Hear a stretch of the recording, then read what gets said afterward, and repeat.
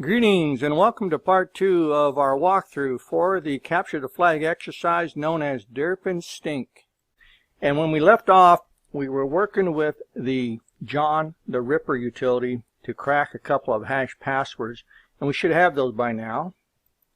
And the passwords, of course, were for the admin account, and then for Stinky, or Uncle Stinky, it was Wedgie57. So we now have a good username and password to get us up inside of the WordPress site for the user Stinky. Now, to do this, we have to get over to the WordPress admin login page.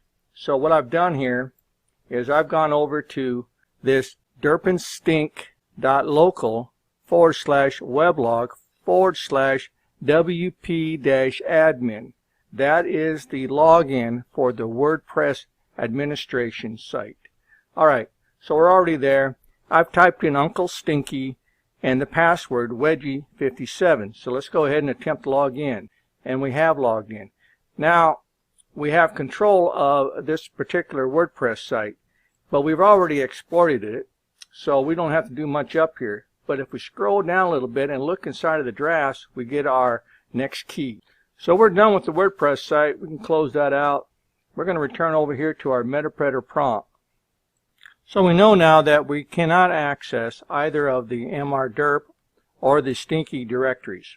So what we're going to do is we're going to elevate this Metapreter prompt, and we're going to start the process by typing in shell, and that's going to change our prompt over just a little bit. And then we're going to elevate this over to a bash prompt by using that little bit of Python code that we've used in the past. So I'm just going to go ahead and copy and paste that on in there like so. I'm going to hit enter, and you'll notice that we now have a bash prompt. Now I'm still logged on as the www-data user. It's very limited, but I'm now going to change users over to Stinky because we have Stinky's password, so now I can log on. Using the su command, I'm going to change on over to the user Stinky. It wants Stinky's password, which we know to be Wedgie57. Now you'll notice that my prompt changes to let me know that I'm now logged on as Stinky. We now have to get busy and start enumerating everything inside of this user's profile. To do this, we're first going to list the contents, and you'll see that we have two directories, mrderp and Stinky. So we're going to start off with Stinky, and I'm going to do a cd over to the Stinky directory. Now from here, we're going to do another ls, and you'll notice we have a number of directories in here, starting with desktop, documents, downloads, and FTP. Working from left to right, we're going to enumerate all of these directories, and to do this, we're going to start off with the desktop. So I'm going to type in cd desktop, and now I'm going to do an ls, and we have a flag. Alright, so now we're going to go ahead and we're going to see the contents of our flag here by doing a cat command. And we're just going to do it flag.text, just like that. And there's your hash for our third flag. I need to roll back one level, and now I'm going to go into the documents. So I'm going to type in cd space document. And again, I will list the content. And in here we have a derpissues.pcap file, which must be opened up with a Wireshark utility. So we're going to remember this, that this is located up inside of the documents, and if we need to, we'll come back and we'll get it. Let's roll back one level, and now we're going to go into the downloads directory, and it is empty. So let's take a look at that FTP directory and see what's in there. So we're going to do a cd space ... roll back one level, and let's get into the FTP directory, and let's list the contents. And we have files, so let's do a cd, let's go into files. Now let's list the contents, and we have networking logs, ssh, test.txt, and the temp directory. Again, working from left to right, we need to enumerate everything that's inside of this user's profile. So let's get busy and start off with the network-logs directory. And I'm now going to do a ls, and we have a derpissues.txt. So let's go ahead and cat that out. and we had a message here. And if we read this, we can get some information about the PCAP file being of interest to us, because if we get inside of it, we're probably going to be able to find Mr. Derp's password, and that's going to allow us to use his account. Alright, so let's roll back one more time, and let's get into the SSH folder. And we're going to start looking at the contents. And what we have here are 7 SSH folders. So we're just going to start going through them until we get to the last one. And the last one will present us with a key.txt. So I got to the last SSH folder, and inside of this folder there is a key.txt. We're going to go ahead and cat this out. And this is Stinky's private key for his SSH login. So we're going to go ahead and manipulate this so that we can get access to the server using SSH, using Stinky's account. So the first thing we're going to do is we're going to copy everything all the way down. We're going to right click, we're going to copy. We're now going to open up a terminal by right clicking and going to new window. Move this on over just a little bit. Again, we're going to change directories on over to our working folder. Once we're up inside of our working folder, we're going to create a new text file. And I'm just going to go ahead and use nano as my text editor and type in nano, and I'm going to type in stinky.key, just like that. I'm now got a clean text file, and I'm going to right click, and I'm going to paste the contents of that key into here. I'm now going to do a Control X, and I'm going to type in Y for yes, and I'm going to hit enter. And if we do an LS and show the contents of our working directory, you'll see that we now have a stinky.key. The next thing we have to do is change the permissions on the stinky.key file. So I've typed in chmod or chmod space 400 space the name of the file that I want to change these permissions on, which is stinky.key. I'm going to go ahead and hit enter. It comes back letting me know that the command completed successfully. We're now ready to move on with attempting to log on to the server using SSH using Stinky's private key that we copied over to our working folder. So I've typed in SSH space dash small letter I, and I'm telling it to use the stinky.key file to authenticate the user Stinky at 192.168.0.26, which is the IP address for the target. I'm going to go ahead and hit enter, and it tells me that, let's see, are you sure you want to continue connecting? I'll say yes, and we are in. And we are now able to use a more stable logon, which is the SSH, to continue on with trying to exploit this target. So even though we are logged on to the server using SSH, we don't know what the level of permission Stinky has. To find this out, we're going to use the su command space dash small letter L. And let's see what's going on with his permissions. And his password, and let's see what he has. Authentication failure.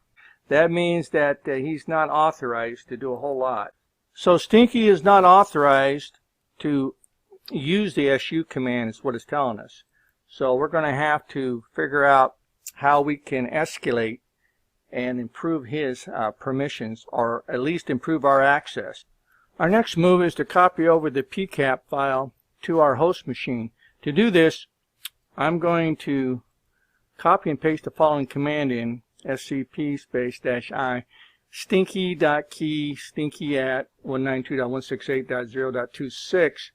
And what we're going to do is we're going to go ahead and hit enter and see what happens.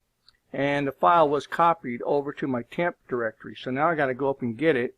So I'm going to go up in here inside of my other locations, computer. There's my temp folder, and there's my derp issues. Now I'm going to right click on this. I'm just going to move this on over to my working directory, and we'll just say select, and it's moved. Now I can go ahead and open this up, and you'll see that I have the derpissues.pcap file in here. Now once we have this PCAP file copied over correctly, we're going to right click on it, and we're going to say open with Wireshark. Once you have the PCAP file opened up inside of Wireshark, you're going to scroll on down to come to entry 5598. You're going to highlight that. You're going to right click, and then you're going to select follow TCP stream. And in here you will be able to find the password for mrderp. And there it is right there. So there's the password for mrderp, and now we're going to log on as mrderp, and we're going to see what permissions he has. We can go ahead and close out the Wireshark. We don't need that anymore. So now that we have mrderp's password, we can log on as mrderp. So let's go ahead and try that. So I'm going to go over here to my SSH, and I'm going to type in su mrderp, and what's the password. I'm going to type that big long password in there. Alright, now I'm logged on as mrderp. Alright, so let's do a cd back to his root folder. And now we need to find out exactly what permissions he has. To do this, we're going to type in sudo space dash small letter L. And again, it wants that password for mrderp. Again, I'm going to right click and paste it on in there. And we get this information here that our user can run any command that is contained within the directory /home /mrderp /binaries and starts with the string derby. So if we run a sudo command anywhere inside of this binaries folder with a file that has the name derby, then we will be able to execute whatever root commands we want to execute. So this binaries folder has to be up inside of the mrderp directory, up inside of his home folder. So we're going to go there. We're going to do a cd space /home /mrderp, hit enter, and we're already there. So now we're going to make a directory called binaries. So I'm going to go ahead and right click in here and paste that. So now we're going to make that directory called binary that's going to be up here inside of this home directory, inside of the subfolder mrderp. Go ahead and hit enter. The file already exists. Well, it does exist because I've already done this walkthrough about 4 times. So that's already a given. Alright, so I've already got the directory up there for the binaries. Now we have to do this sh file, this script, and it's called derby.sh. Alright. And then we're going to change the permissions on over so that we could run this, and we did it. Alright. So I'm now going to go in and I'm going to type in sudo space period /binaries /derpy.sh, hit enter, and you saw my prompt change over to the root. Now I'm going to do another cd /root, and we're now inside of that folder. And if I do an ls to show the contents, we have desktops, documents, and downloads. And again, we still have to enumerate. We're not done there yet. Alright, so now let's do an ls, look at the permissions here, and let's do a small letter L and get the permissions for these 3 different directories. Alright, so now we're going to change directory on over to the desktop, and we're going to do an ls, and now we have our final flag. Alright, so I can go ahead and cat this out, and there's the congratulatory message, and of course we get that hash for the flag. Of all the capture the flag exercises I've done recently, this one here was probably the most interesting. It had a lot of twists and turns in it, and I learned a few things, so that was good. And that concludes this short video presentation on capture the flag and the walkthrough we did for derp and stink. If you have any questions or concerns about the information or the content of this exercise, please don't hesitate to reach out and contact your instructor, and I'll see you in my next video.